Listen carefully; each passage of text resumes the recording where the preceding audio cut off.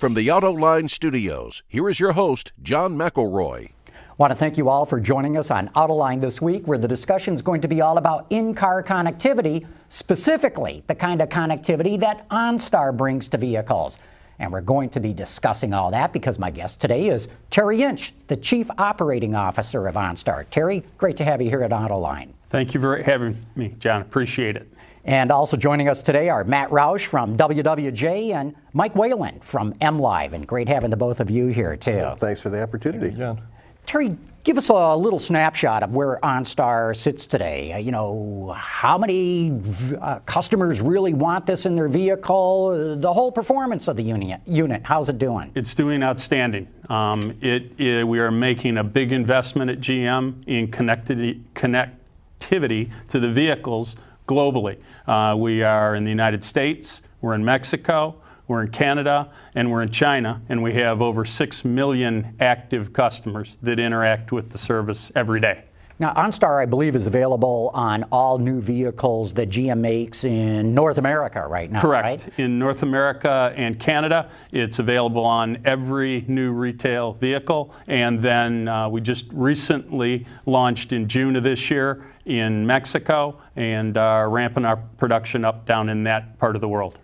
You, of course, offer different services. What percentage of customers actually take the OnStar service? Well, everybody gets an opportunity to experience OnStar during our trial period.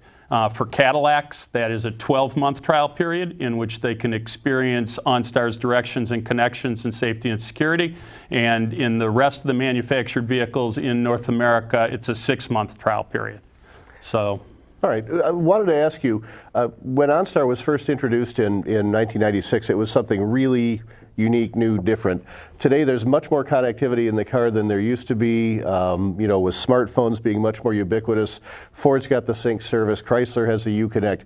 How have you kept OnStar fresh and different? What do you think is, remains sort of your secret sauce in how this works for you? Well, I would tell you there's two main ingredients to the secret sauce. One is since we've launched, we've had an embedded unit inside the vehicle. That is not something that others that are working in the telematics space go into that level. The second piece is our customers are our secret sauce. We work closely with them and find out what they're looking for through that connection. And obviously safety and security is a big cornerstone of that. But we have developed multiple services, features, benefits to our customer base throughout the year, whether it's OnStar hands-free calling, whether it's directions and connections, whether it's using the service as a good Samaritan for those that are connected to the vehicle. Our customers have found amazing ways to use that connection either to add additional value to them and the vehicle they're driving or to others on the road. Mm-hmm.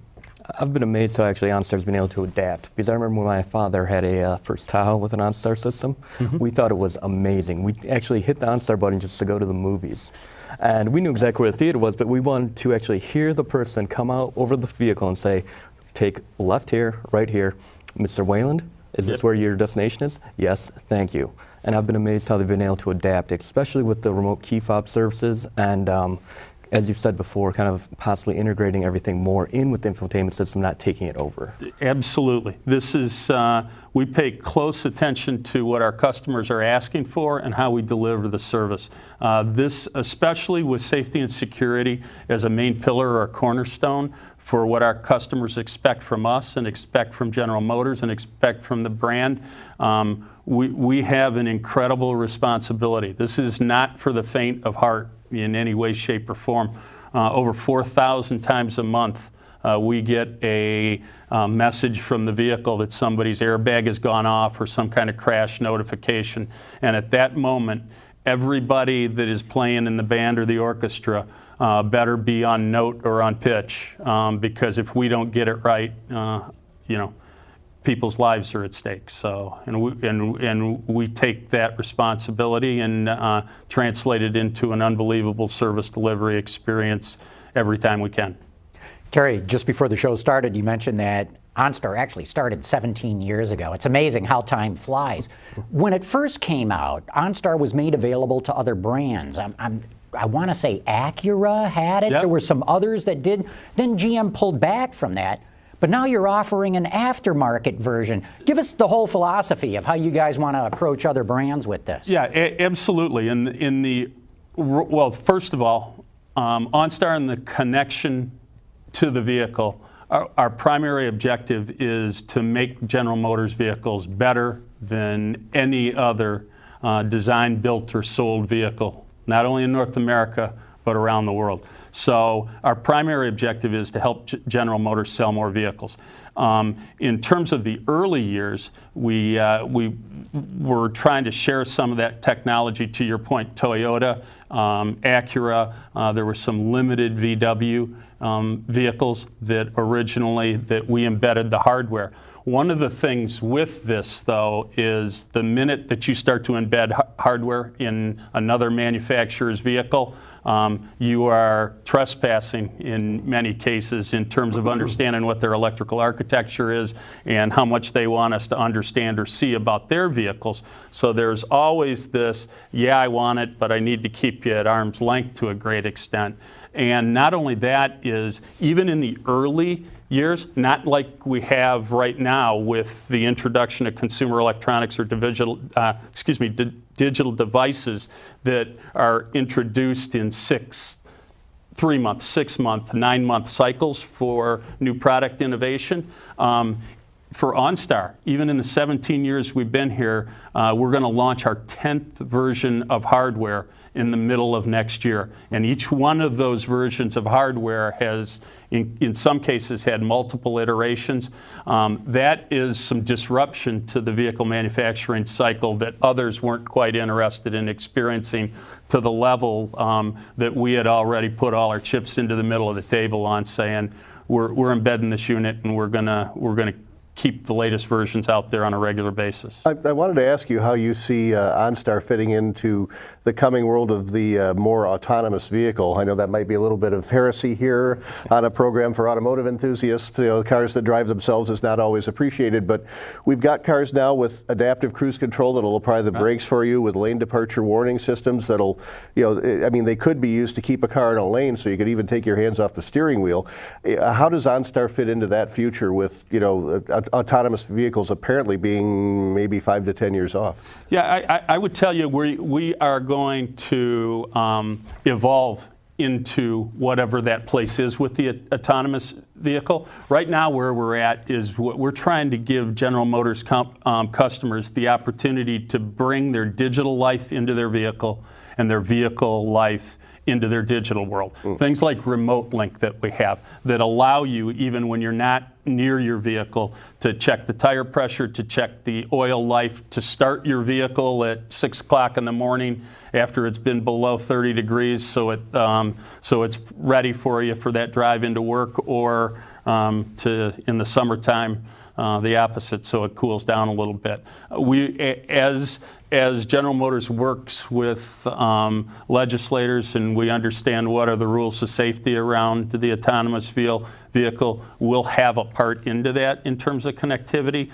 But right now we're trying to bring real value into the connection that we have. And then, as I indicated a few seconds ago, we're going to our next generation of hardware, which allows us to interact in it's what we call Gen 10 hardware, which will allow us to interact in a 4G LTE carrier environment, which basically brings a lot of the things that you could have or you do have in your digital device that you carry, either your iPad or your phone, into your vehicle.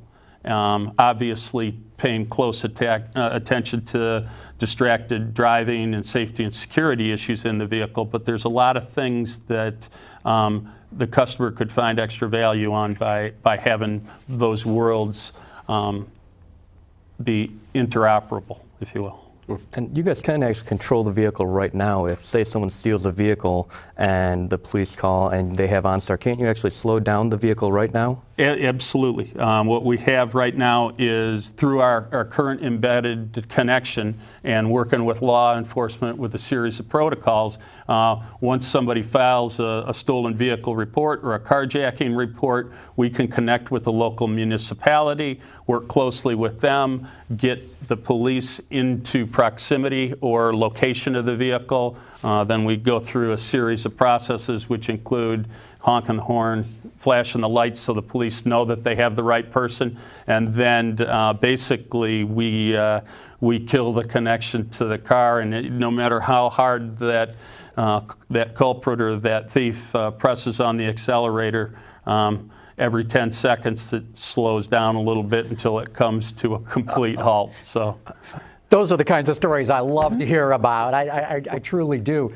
And it goes beyond law enforcement. I know that in the past you guys have worked with Homeland Security. I first became aware of this during Hurricane Katrina, that they consulted with OnStar to see where evacuation routes were in real time on that basis. Have you continued your cooperation with Homeland Security, and where's that all going? Well, and it's not, to your point, John, it's not just Homeland Security, and this is an example earlier to the point you brought up about some of the secret sauce, Matt, about listening to our customers. And out of examples like, 10 years ago when there was a blackout in the Northeast, or Hurricane Katrina, or national events that impact a lot of people, we actually created a whole segment of the business which is crisis assist, where when a area of the country is impacted in an emergency situation, we can treat our customers in their vehicle that are in those areas differently. We can help them we can put calls through to loved ones to let them know that they're safe and sound if they're in harm's way. A great example of that would be, recently in the Boston Marathon tragedy, the cell phone towers became very congested. Based on the wiring and our antenna in the vehicle, we have some stronger connections to different cell phone towers than you might have on your traditional handset. So a lot of the people, or a number of people, went back to their vehicles, pressed their OnStar button, and let people know that knew they were at the events, that they were safe, sound, and let them know what to expect. Well, what you basically have there is a sensor network with millions of nodes on it, right? And all of them can gather information of various types. Absolutely. As a matter of fact, our current partner, Verizon, cellular carrier partner, calls us one of the best quality assurance mechanisms they have inside their network. Yes. Can you hear me now? Going back to that. Because anytime anybody can't get through to any of those towers or provides its feedback that they had a drop call, we're immediately working with our carrier partner to let them know that we had some kind of drop call or a disruption of service, and that we got to make sure that our customers are connected at all times. Was curious, what's your uptake rate? I mean, after the initial free period, and what have been the trends there? Yeah, actually, for what we measure and monitor is our engagement, usage, and retention rates. After the trial periods that we discussed a little earlier, north of 50% of the people are staying connected to and using the OnStar service. And it is one of the things that we've learned. Obviously, we've had 17 years of experience in the United States, but we're finding out in different parts of the world with different cultures, they use our products and services differently. To give you an idea, in China, they press the button in China about 4 times as many times inside an active vehicle as people do in the United States. It's the early days for Mexico, because you guys just launched there earlier this year, but what is the take rate like in China and Canada compared to the U.S.? Is it actually higher, like you said, because they are hitting the button more? Yeah, The discussion and the actual data associated with Mexico are still out yet, because a lot of the people that since we just launched in June right now, are still in the trial period. So we're just doing our best to deliver great service so that number's as high as it can be.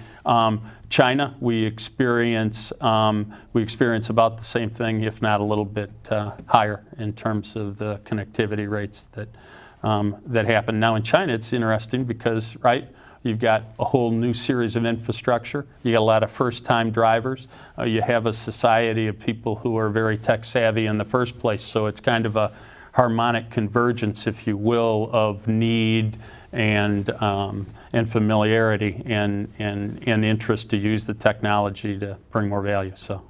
In the early days of OnStar, you had several competitors. Ford tried to do its own system. Yep. Mercedes tried to do its own system. I can't remember if there's anybody else there. They gave up. It's a huge infrastructure investment for any automaker to replicate what OnStar has done. Number one, does it worry GM that no other automaker in the world has followed suit? And two, you've said yourself, OnStar's job is to help sell more cars. Yep. Is it a good business proposition for GM to try to sell cars that way? I think the answer is yes. To your last question, is it a good business proposition? Because it's going to be something that customers want and demand in their vehicle. Back to this connected society that we live in, this digital society, and if we can bring additional value to the vehicle by having it connected, that'll help and work out. The conversation really is. It's not a question of when vehicles will be connected if they will be. It's a matter of when. Around the globe, everybody will have to enter into this game, if you will, or into this connected vehicle space. And now how they do it and their approach, we may see different approaches, but right now it's not a question of if, it's a matter of when. And I think you're seeing some of those things even as much with the Ford Sync. To your point, though, nobody's taken all their chips and pushed them all into the middle of the table and said, I'm building an embedded device and I'm building it on every vehicle that I have. And I'm going to have a big control room in my headquarters full of people that answer the phone, too. That's a big part of the infrastructure, is finding and training and hiring those people, right? Yeah, there is a lot that goes on behind the curtain that, as other vehicle manufacturers enter this space, I'm glad we're through those first 17 years of education.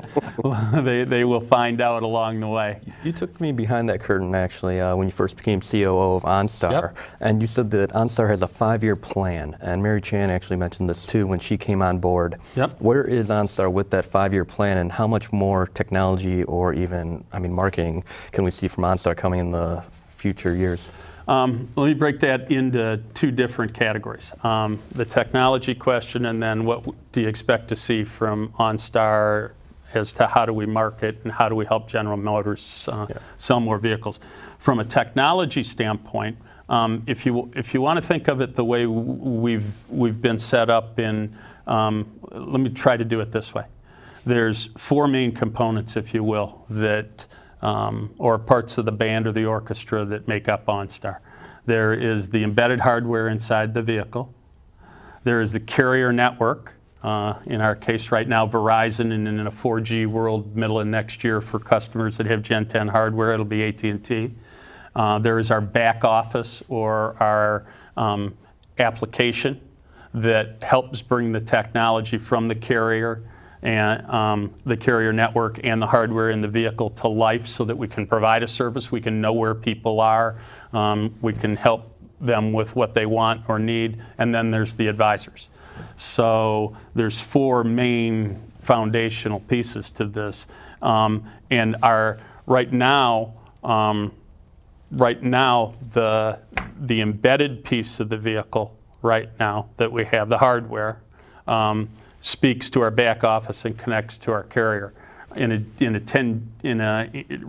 next step of this is you're actually, through your head unit or through your center stack, you're going to be able to bring your digital life into that vehicle because we're going to have the capability for the navigation unit or the head unit to actually talk to or interact through a wireless hotspot and talk to our OnStar unit inside the vehicle. So we're going to be able to bring you those things to life that you have on your iPad or your pad and your digital device, which is really going to accelerate some of the things that you can do in the vehicle in addition to navigation, in addition to hand-free calling, in addition to what the connection can do right now. Music and whatnot. Exactly, because in addition to making sure that the hardware in the vehicle and the consumer and the electronics pieces in the vehicle can speak to each other,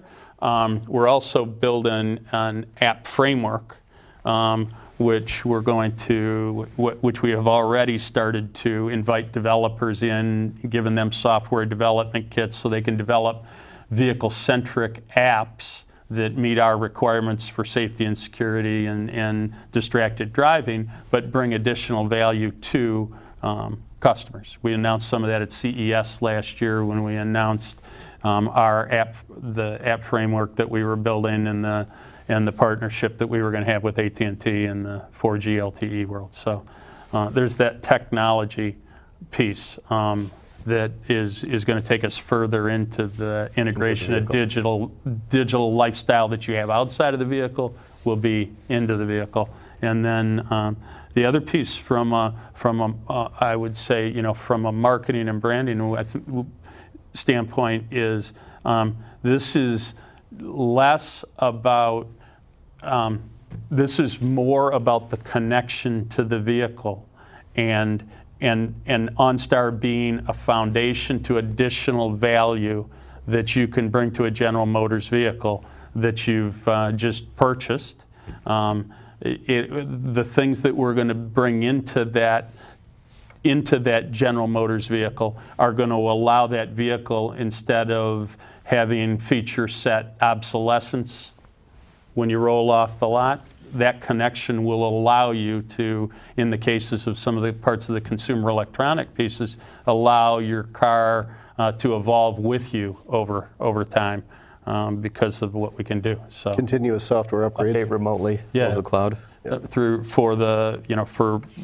your apps and some of those activities, absolutely. So Terry, you guys also sell aftermarket units, right? Yep. How's that all going? Yep. Actually, we launched about 3 years with an aftermarket product. That's actually you install it, you purchase it at consumer electronic stores, and then get it installed and activated. We have, I would tell you, one of the things, that product has kind of, we're morphing into what you can do from a digital and app framework with your devices, with your pads that you have. But we have, we're selling. We still continue to sell those. We still continue to service people that have those installed, and they love it. They absolutely love it, and those can be installed in almost 100 million vehicles in the United States from a compatibility standpoint. So, what keeps OnStar up at night? What do you worry about? What's your concern about staying relevant and fresh with the technology? I'm not so sure that it's what keeps us up from relevant and fresh with the technology as it is delivering against the promise that we have from the things that we've launched to our customer base, and that we're 24/7, 365 days a year. We take between the 4 countries or regions that I've talked to, we're taking almost 200,000 calls a day, 185,000 of those. And again, if it was just that when the car airbag went off, you knew that you had to go into a heightened state of awareness and make sure everybody was okay. That's not the case. People can press in from their digital device. People can call the 1-800-4OnStar. People can press the blue button. So it's a series of almost needle in a haystack, if you will, or a series of protocols that you got to make sure if somebody, any one of those 185,000 calls can be an emergency situation or a customer situation in which we got to have game on. This is not for the faint of heart in any way, shape, or form, and that's what keeps. I'm very comfortable in the people that build our technology and our platforms and our back office and our partners. The piece that keeps me up at night is the drive for perfection, that you got to get it right 185,000 times out of it, 185,000 times. So in the future, OnStar might reside on your smartphone or tablet? In the future, functionality that allows you to connect to your vehicle will reside there. To some extent, it does right now. The OnStar Remote Link application, also you can actually hit Talk to Advisor from there. Now, in those situations where you're using your phone, it's still, you're probably asking questions, either a question about your vehicle or a billing question or something like that. It's more of a customer care aspect of it. It's not like your device is now the OnStar service. Again, we're staying closely connected to making GM vehicles better, stronger, faster, and bringing out, maximizing the value somebody gets out of purchasing that vehicle. With that, we're going to have to wrap it up. Terry, I really want to thank you for coming on. I mean, this is amazing technology that continues to evolve. I'm sure there's no end in sight as to where this might go. It's an exciting piece of the business. It has a huge societal benefit. It has a huge benefit to those people that purchase GM vehicles. And there's a lot of hard-working people with inside GM making sure that we deliver against the OnStar and General Motors brand promise. Thanks for having me, John. Terry, thanks so much for coming on. Matt Roush from WWJ, Mike Whalen from MLive. Want to thank you guys too, and want to thank all of you for having tuned in.